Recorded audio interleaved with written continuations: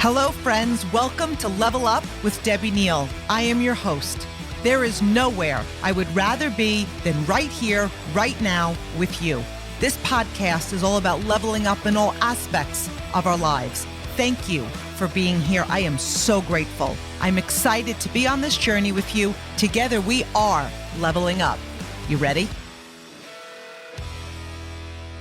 Hello, friends. Welcome back. I'm so grateful you're here. If you are new here, let me tell you a little bit about this podcast. It's all about leveling up.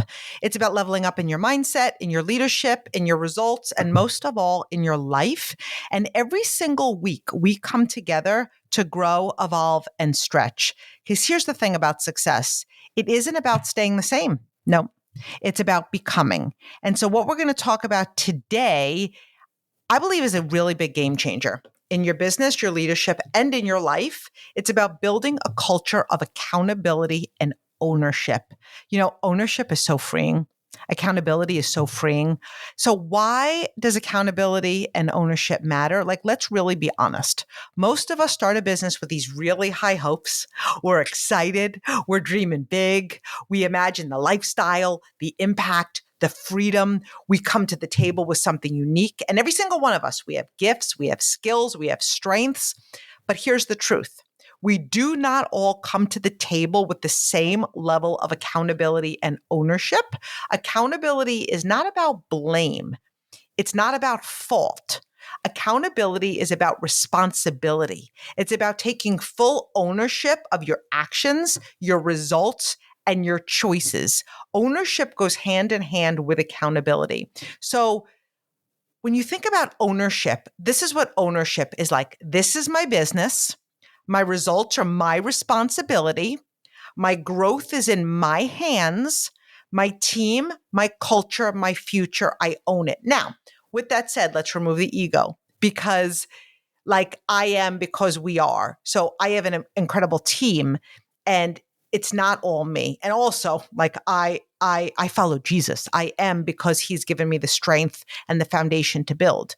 But I want you to remove that kind of stuff and just realize you have responsibility. You get to decide, you're going to pick up the phone, you're not going to pick up the phone. You're going to schedule activity, you're not going to schedule activity. So examples of ownership, let's just imagine there's two business owners, right? Two people, could be with the same company, same business, and one person will be like, oh my gosh, my sales are down this month because no one's buying.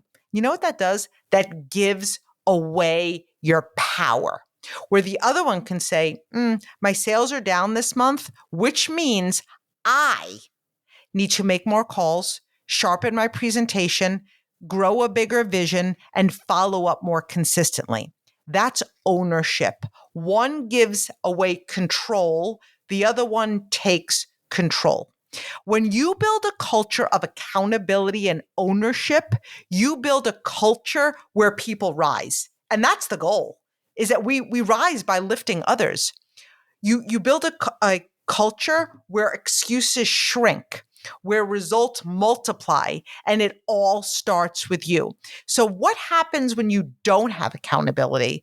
Without accountability, you build a culture of excuses. You build a team that say someday. You build a culture where people wait to be led. They wait for somebody else to fix it. They wait for luck. They wait for timing. They wait for the next special. They wait for your company to do something. And this mindset duplicates in your team. What's my company going to do? Sales are down. What's my company going to do? So now I want to give you an example of no accountability. Okay. A team member misses a goal and I didn't hit my numbers because my leaders didn't check in on me. I didn't hit my goal because my leader never told me what I needed to do. I didn't hit my goal because my leader doesn't give me enough support. You know what that is? That's dependence. So when true accountability says something like this, I didn't hit my numbers because I didn't track my daily activity. I own that and I'm creating a plan to do better. I didn't hit my numbers because I know I didn't work to my fullest potential. I didn't hit my numbers because I was distracted and I'm going to build my focus. I didn't hit my numbers because my mindset focused on lack. And what ended up happening is I created lack within my business and my team. And when ownership is missing, right? When ownership is missing, people end up pointing fingers. They say things like, it's the economy, it's my upline, it's my downline, it's my corporate team, it's the market, it's my company, it's the product, it's the timing, it's my age. And you know what that does? That hands over your power. And if you hand over your power, you know what you're doing? You're handing over your future. So, why do you want to build accountability and ownership? So, it's so vital to build accountability and ownership in your business because accountability creates results. Results are not accidental. You want to create it because ownership creates leaders, and your business will only grow to the level of the leadership that you build and create. You want to build it because a culture of accountability eliminates drama. Instead of who messed up, it becomes how do we rise? And because it empowers people. When someone owns their success, they step into their potential. So let's talk about some examples of empowerment. A leader notices their team is very disengaged. Instead of saying, my team isn't motivated, they take ownership. How can I cast a bigger vision? How can I engage my team? How can I set the tone? How can I model excellence better? How can I model excitement because it spreads? We want to remember that everything rises and falls on our leadership. So, how do you build these things? So, here's the good news. Accountability and ownership can be built. They're not traits you're either born with or not born with. They are muscles. And like muscles, they grow when they're being used. So, what are some ways to build them in your business? Number one, and this is like always so good and so powerful, lead by example. You cannot build a culture of accountability if you don't model it. Your team watches how you handle challenges. They watch how you take responsibility. They watch how you handle all of the things that come your way. If you show ownership, your team will mirror it. So, for example, maybe a business launch doesn't go as planned. Instead of saying, wow, the company didn't support me enough, my upline didn't support me enough, how about saying, you know what? I could have prepared better.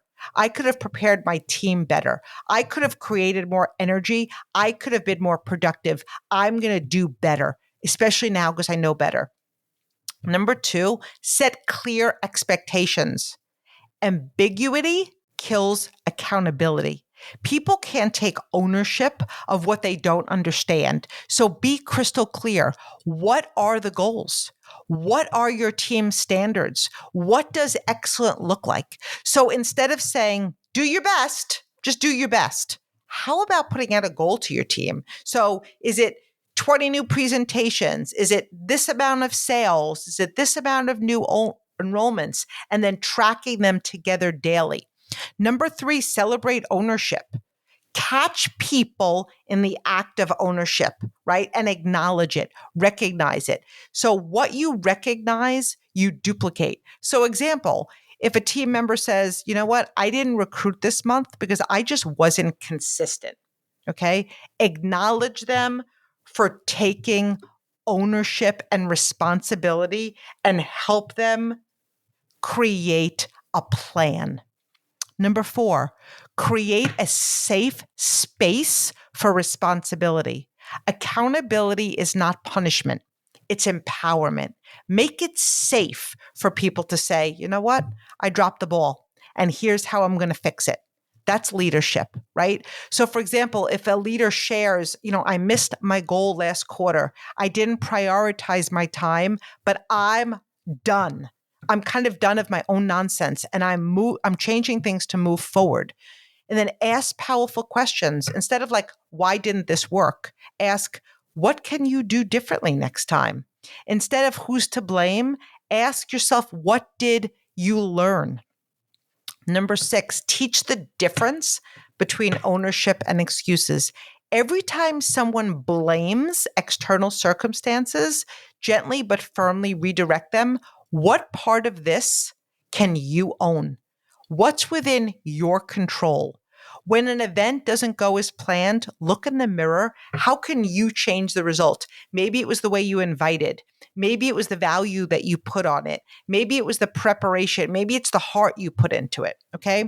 So, what are some of the benefits of building ownership and building accountability? Because when you build accountability and ownership into your culture, here's what happens: results skyrocket. We all want that. People grow. We all want that. Leadership multiplies. We all want that. Your business becomes drama free. Hallelujah. You create independence instead of dependence. People feel empowered because they realize they hold the keys to their own success. So, what are some, like, when you think about transformation, like a new team member, they could start out and be like, you know what, I'm going to try, but I don't really know if I'll be good at this. And then over time, if they're around a culture of ownership, that same person evolves into, I'm learning every single day. Every day I'm getting closer to my goals. I'm tracking my skills and I'm getting better. That's growth. That's evolution. And ownership transforms victims into victors. Accountability turns I can't into I will. And this is really important to teach your team, because when you build accountability and ownership within yourself, you can now teach your team to do the same. That's how duplication happens. That's how cultures grow. So imagine one of your team members misses their goal. So instead of saying, you didn't remind me to follow up with people, they say, you know what? I didn't follow up and I'm learning to be better, right? And I've created a calendar, and every single day I am going to commit to my personal activity. That mindset shift gets modeled down. Your team is watching. Every time you take ownership, you're giving them permission to do the same. Every time you hold yourself accountable, you raise the standard. And when they learn to build in their own teams, that's when momentum takes off. That's when your culture becomes unstoppable. So here is what I want to challenge you to do, okay?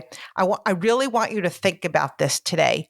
Where in your business, your leadership, or your life are you avoiding accountability? Are you blaming where you are right now in your business on your company, on your team? I don't know if you've heard this saying before: if you can't change your team, change your team. Okay. If you're blaming it on your company, if you do what I do for a living, it's like they're here to help you and serve you, but you're creating your own culture, your own brand, your own standards. Where are you resisting ownership? And what shift, if you fully embrace them, what would shift in your life and in your business? Remember, success is about evolution. It's about becoming.